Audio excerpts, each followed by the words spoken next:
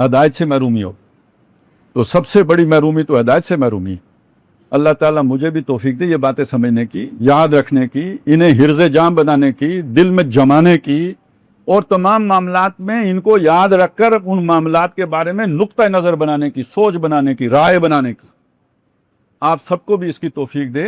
اصل ایمان تو یہاں سے ناپا جاتا ہے، یہ کسوٹی ہے ایمان کی، اس سے ایمان پرکھا جاتا ہے کہ جب اللہ کی طرف سے کوئی امتحان آیا، کوئی مصیبت آئی، کوئی آزمائش آئی، تو اس میں بندے کا طرز عمل کیا ہے۔ اب آخری بات اس میں یہ بھی نوٹ کر لیں، ایک ہی بات ہوتی ہے جو سزا بھی ہوتی ہے اور آزمائش بھی ہوتی ہے۔ حضرت علی رضی اللہ تعالیٰ عنہ سے پوچھا کسی نے کہ یہ جو ہے نا آزمائش اور عذاب میں کیا فرق ہے؟ اب دیکھیں نا بھائی، میرا نقصان ہو گیا، یہ آزمائش ہے یا عذاب ہے؟ مشکل بات ہو گئی۔ تو انہوں نے ایک جملے میں بات واضح کر دی، جس مصیبت کے نتیجے میں تم اللہ کے قریب ہو جاؤ وہ آزمائش ہے، اور جس مصیبت کے نتیجے میں تم اللہ سے مزید دور ہو جاؤ وہ عذاب ہے۔ جو میں نے آپ کو واقعہ سنایا تھا زلزلے والا، وہ اللہ سے قریب ہوئے یا دور ہوئے؟ دور ہوئے، تو کیا تھا؟ عذاب تھا۔ اور اگر کسی کا گھر اسی زلزلے میں گرا ہو اور اس کے بعد اس نے توبہ کی ہو، آئندہ بعد یہ کام نہیں کر رہا تھا، کرنا میں نے جو کرتا رہا، تو وہ چیز اس کے لیے کیا بن گئی؟ آزمائش بن گئی۔ تو ایک ہی چیز ہوتی ہے، کچھ کے لیے آزمائش ہوتی ہے، ان کی دل کی سوچ ہوتی ہے جو اسے آزمائش یا عذاب بناتی ہے، تو کچھ کے لیے وہ عذاب بن جاتی ہے اور کچھ کے لیے وہ آزمائش بن جاتی ہے۔ آزمائش انسان کے درجے بلند کرنے کے لیے آتی ہے، اور عذاب انسان کو راندہ درگاہ کرنے کے لیے آتی ہے، اور یہ نقطہ نظر ہے جو اسے آزمائش یا عذاب بناتا ہے۔ اللہ تعالیٰ جو بھی مصیبتیں پڑھیں آزمائش کا ذریعہ بنائے، انہیں ہمارے لیے عذاب کا باعث نہ بنائے۔ اقول قولی ھذا واستغفر اللہ لی ولکم ولسائر المسلمین والمسلمات۔